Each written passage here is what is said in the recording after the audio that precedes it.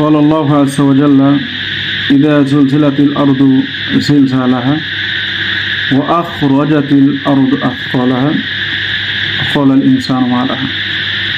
প্রতি বছর পৃথিবীতে প্রায় লক্ষবার ভূমিকম্প হয়। এর মধ্যে বিজ্ঞানীরা বলেন প্রতি 500টি অত্যন্ত ভয়াবহ 500টি ভয়ঙ্কর রূপ ধারণ করে। এই ভূমিকম্পের কারণ বলা হয়েছে, একটা হলো বস্তুগত দৃশ্যমানগত, আর একটা হলো অবস্তুগত।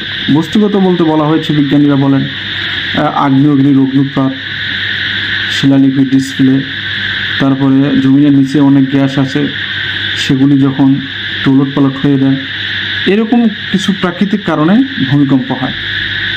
কিন্তু আমরা যারা ধর্মে বিশ্বাস করি, আল্লাহ কালামে হাকিমে বহু জায়গায় বলেছেন এবং হাদিসেও পাওয়া যায় এই ভূমিকম্প হওয়ার মূলত কয়েকটি পাপের কারণ।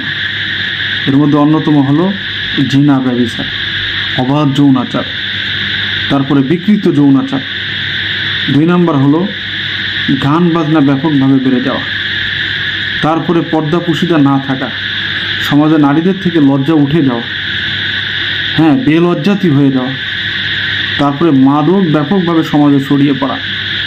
এই পাপগুলির কারণে কিন্তু ভূমিকম্প হয়।